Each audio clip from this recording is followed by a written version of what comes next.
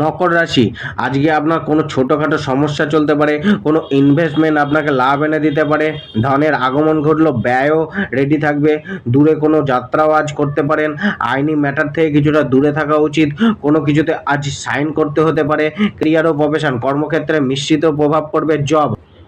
জবে দূরে কোথাও ট্রান্সফার মিলতে পারে বা নতুন কোনো স্থানে গিয়ে কার্য করতে হতে পারে, জবের জন্য কিছুটা ভ্রমণও করতে হতে পারে, নতুন কোনো কার্যের দায়িত্ব মিলতে পারে, জবে আজ কিছুটা সংঘর্ষ করতে হবে, আপনার করা প্রচেষ্টা আপনাকে জবে লাভ এনে দিতে পারে। ব্যবসা আজকে সাধারণই যাবে, ব্যবসার জন্য কোনো জায়গায় আজ যেতে হতে পারে, ইনভেস্ট বাড়াতে পারেন, ব্যবসায় কিছুটা অর্থের অভাব অনুভব হতে পারে, ব্যবসায় জীবনসাথী ও পরিবার সাথীর মুড কিছুটা অফ থাকতে পারে, কিছুটা সংযমী মনোভাব আপনার রাখা উচিত, গৃহভূমি বেচাকেনা আজকে করতে পারেন,